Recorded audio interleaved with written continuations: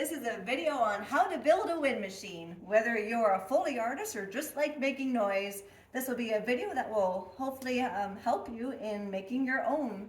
I didn't see a lot of videos myself when I was looking to build this bad boy, so I looked at photos and I designed this myself. So hopefully it works for me. Hopefully something similar could work for you. My name is Crystal and I am from Hood and Dagger Productions. I'm a not-for-profit community theater in Winnipeg, Manitoba, Canada.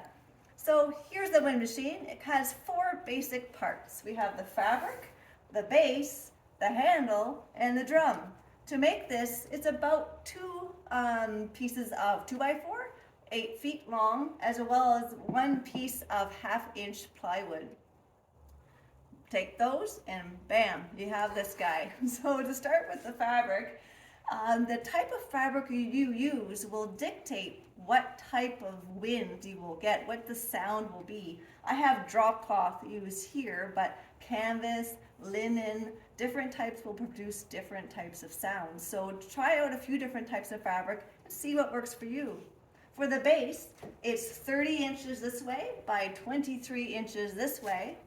And it's just a square of 2x4s with a support between the two of them to go to my base that was I already had built here. For the handle, it's a 2x4, and then I took a 1-inch drill bit and I drilled holes for the dowel. And so I have them glued as well as screwed in two different places, because your Foley artist might have an extra passion when they are making the wind. So you have to have it extra fortified. So use some good glue on this guy. If you want to get fancy, you could have a longer dowel for the handle that comes out on the other side.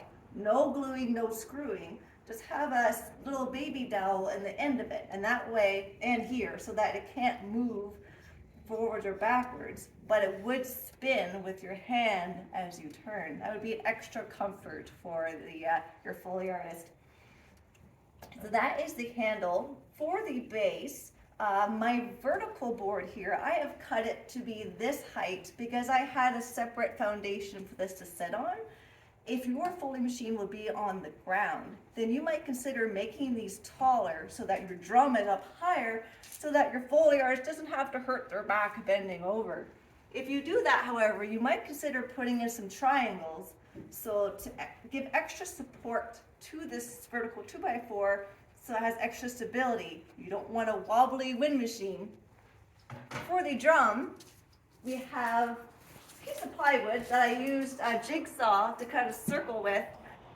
It's 24 inches in diameter. To make the circle, I hammered a nail in the very center, took a string that was 1 foot long, and I just traced all around and I had my circle.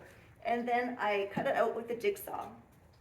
Inside of the drum here, between the 1.5-inch slats, you will see I have little chunks of wood on either side. They are screwed into the plywood. They are also screwed into the dowel. And that way the dowel and the drum are one piece, because you don't want the dowel spinning and not the drum. You want them all spinning as a unit. So you'll need those extra pieces to make sure that they all spin as one. And now, let's see how it sounds.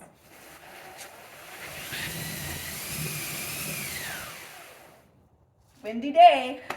So this has been a video on how to build a wind machine. I'm Crystal from Hood and Dagger Productions in Winnipeg, Manitoba. We are building community through community theater and wind machines.